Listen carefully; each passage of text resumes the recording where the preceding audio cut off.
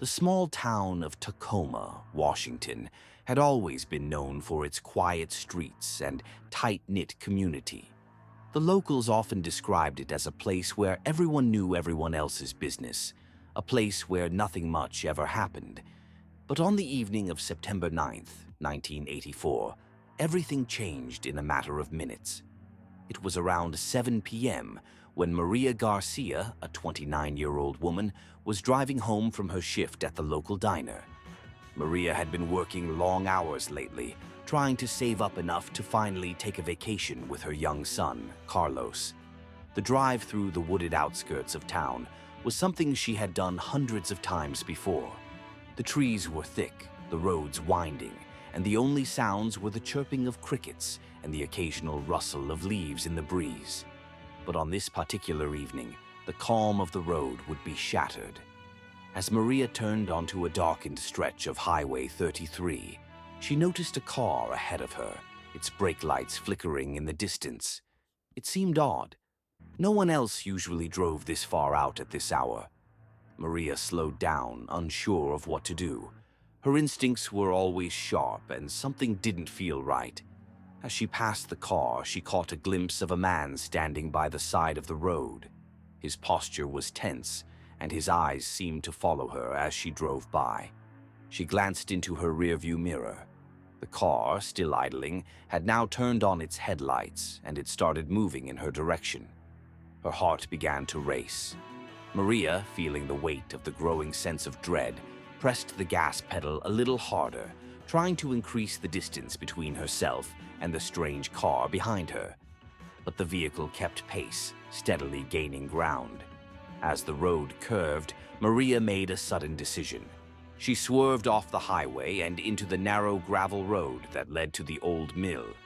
Her headlights flickered briefly before the engine sputtered and died. She cursed under her breath, quickly turning the key in the ignition, but it wouldn't start. Panicking, she checked her surroundings. The woods were deep, and there was no sign of life. She locked the doors and grabbed her phone, but it had no signal. Her breath was shallow as she scanned the trees. Then the sound of tires crunching on gravel reached her ears. The car was approaching, and it was too close now. It stopped behind her vehicle, the headlights illuminating the rearview mirror like an oncoming storm. She looked around, but there was no one in sight. No place to run, no way to escape. The door of the car opened slowly, and a figure stepped out. Tall, dark, and wearing a thick leather jacket that looked out of place for such a warm night. He didn't move toward her at first, but stood there, watching, as if waiting for her to make a move. Maria's mind raced. She had heard the rumors, the stories whispered in town about disappearances in the area, but she never thought they could be true. Her hands gripped the steering wheel, knuckles white. Her heart was pounding, and she realized the night had turned into a nightmare. The man took a step closer.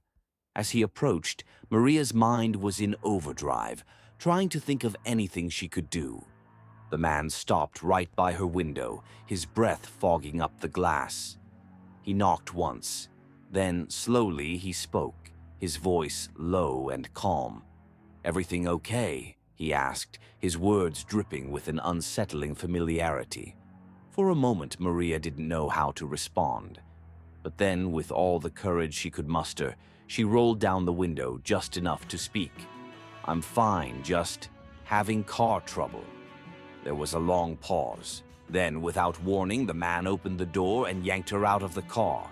As the man dragged her away, Maria fought with everything she had. Her heart was still racing, but in that moment, she was determined not to be another forgotten story in the town of Tacoma.